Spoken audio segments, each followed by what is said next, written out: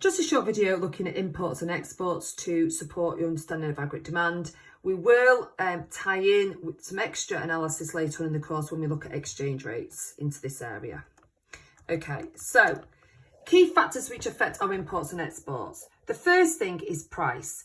The higher the price, the lower the quantity demanded in all circumstances, as well as with exports. Obviously, we have to assume that goods are price elastic in this regard. Might not be the same if they're inelastic. So if our exports are cheaper than our competitors, we should be able to sell more of them. And if our exports are more expensive, we will sell less of them. Quality. Certain parts of the world are associated with high value product, Germany, Italy, and others with lower quality, Bangladesh, Vietnam, and to some extent China. These quality reputations affect how much of a certain good people are willing to purchase. So if you want to buy a well-made electrical good, many people will often buy from Germany or from Italy, whereas if you were looking for a high volume, low value good, you may look towards maybe Bangladesh and Vietnam. Your access to raw materials. So some countries have access to large amounts of raw materials, such as OPEC and oil, or for example, maybe particular types of weather with growing certain crops. And they're able to sell more of that good because they've got access to those raw materials. It's for this access to raw materials that many countries, such as China, have been able to develop their economies because they've got access to raw materials and also huge amounts of factors of production, as in labour. And income. Income varies from country to countries, so a country such as the France or UK can benefit if it can export its good when consumption is particularly low at home. Another major impact, a major factor which affects imports and exports is the exchange rate. Generally speaking, a weak pound makes imports cheaper and exports dearer.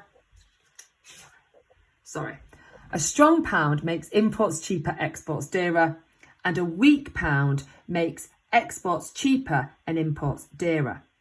So generally speaking, countries like to have a low value of their exchange rate because it means that exports abroad are going to be cheaper and the imports coming in from abroad are going to be more expensive. If your imports are more expensive, it will mean that less people from your country will be willing to purchase from abroad because the good is more expensive. Generally speaking, a weak currency supports your economy. However, we've talked in class about how the UK actually probably benefits from a strong currency because of the fact that in the UK, we export goods which are price inelastic and we import in goods which we really need as raw materials. So in that regard, the UK probably benefits from a strong pound because we'd still be able to sell our goods abroad even if the price is more expensive because they are goods which are inelastic, price inelastic, and we still need the goods in from abroad, the raw materials. So this is where we have strong pound, imports cheaper, exports dearer, weak pound, imports dearer, exports cheaper. We'll do another video on this in the future. Now, key ideas to remember when we're looking at imports and exports. Are all imports and exports the same? Imports of raw materials are not as damaging to an economy as imports of raw goods and the finished goods, And the reason for this is these raw materials will be used to produce finished goods and therefore you'll have manufacturing processes taking place in your economy. The PD of the import and the export is really important to remember. And from this, it allows us to analyse, is price really actually important? If you're selling goods which are price inelastic, then price increasing is not very important for you. What's more important is keeping the quality of your product high and keeping that inelasticity of it. What about the long-term trends? Is the long-term trend towards deficit or is it towards surplus? And countries can change from deficit to surplus over time. For some large economies like the UK, that's quite difficult to do. Would the UK really benefit if it had a trade surplus? If we were able to produce lots and lots of goods in our economy and sell it abroad?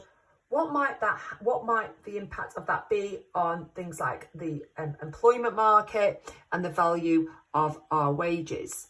For us to produce significant amounts of goods to create a trade surplus, it would really mean that we would have to produce things a lot cheaper than other places, which would probably mean that we'd have a significant fall in the value of living and wages in our economy. The only way this could happen is if we were able to produce things far more efficiently and far more productively than the rest of the world, which seems difficult to envisage at this moment in time.